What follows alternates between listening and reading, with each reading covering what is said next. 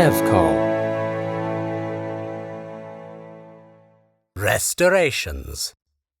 Oh, it's funny how the tiniest touch can transform a room completely. Or the colour of the sofa cushions, the height and width of the coffee table, to rug or not to rug. Sofa throws should be used respectfully and at an angle. Inexpensive implementation. Maximum impact. Oh, wow! I suppose I always had a heart for interior design. Astonishing, really, that I didn't capitalise on this sooner, because it made the children so much more accessible. Now, one must always think about where you want the eye to go first upon entering a space. This is why, to me, no reception room is complete without a feature wall. Oh, this is absolutely paramount. I prefer a stab of colour. Magenta or lime is splendid. The floral patterns can work. Something simplistic, but which covers more surface area. Ooh, ivy is a good template.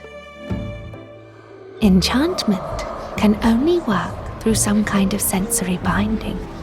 Children are tricky little things, you see, especially in modern times. Frankly, I preferred the old days when they were more heedless. Now they're smarter.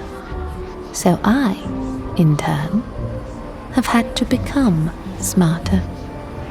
Oh, Jeezly Crow, I explore you to embrace your original fixtures. Oh, the transfiguration which comes from painting woodwork cannot be underestimated. Now take what is ordinarily drab and characterless, your windowsills, skirting boards, and paint them to either match your feature wall or, if you're feeling adventurous, contrast against them.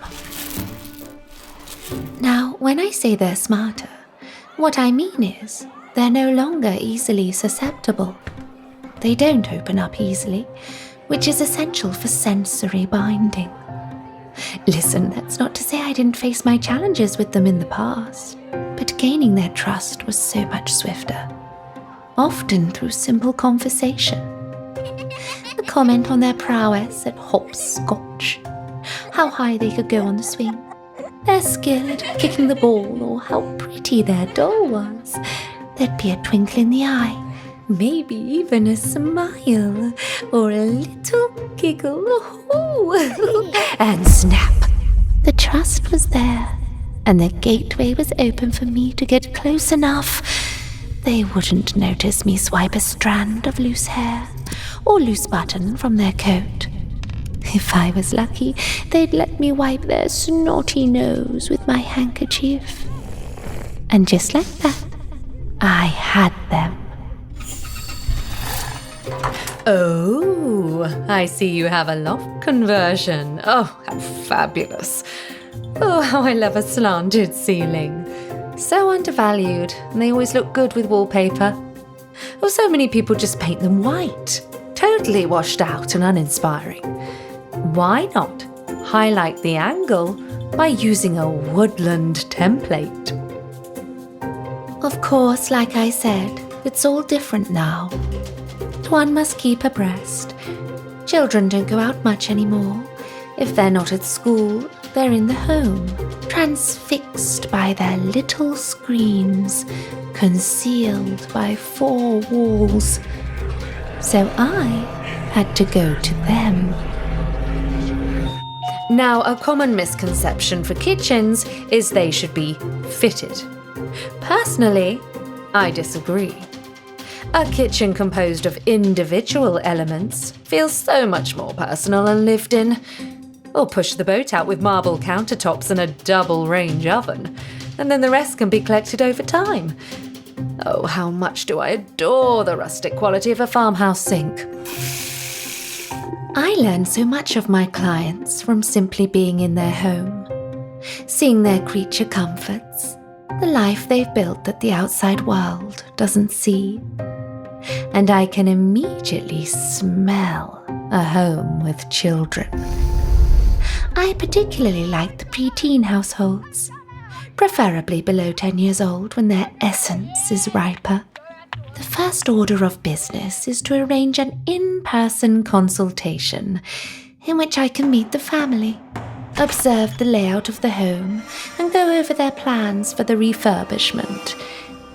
It's while I'm doing this I'll pay particular attention to any children's items scattered around, especially the ones less likely to be missed. Now, I will say my years studying at the École des Beaux-Arts in Paris bequeathed me with the gift of the gab, so it doesn't take long to enrapture my clients enough to distraction. By the time I leave them with smiles and anticipation in their hearts, they never notice the odd pacifier, hairband or bib that's disappeared. What happens next is delicate. The invocation carried out with ultimate precision each time. The item belonging to the child must be boiled in equal parts urine and blood from yours truly, until reduced to half the original amount. Sensory binding now complete, on the night of a full moon, this mixture must be drank between the hour of midnight and 1 a.m. With the lunar cycle limiting both my scope and frequency, it's therefore practical for me to batch cook. For the more of these elixirs I consume in that precious hour, the longer my life force can be fortified. Oh, how it is to feel one's very nucleus expanding as what leaves them comes into me, feeding me, revitalizing me. Over the next 3 months, the child will slowly disintegrate from the inside out as their life force continues to drain. Modern medicine won't save them. Doctors won't diagnose anything. Eventually, when the last morsel of power exits them, there will be nothing left but dust. But I am here, as I have always been, everlasting. Oh, darling, delicious little poppets. How indebted I am to their sacrifices.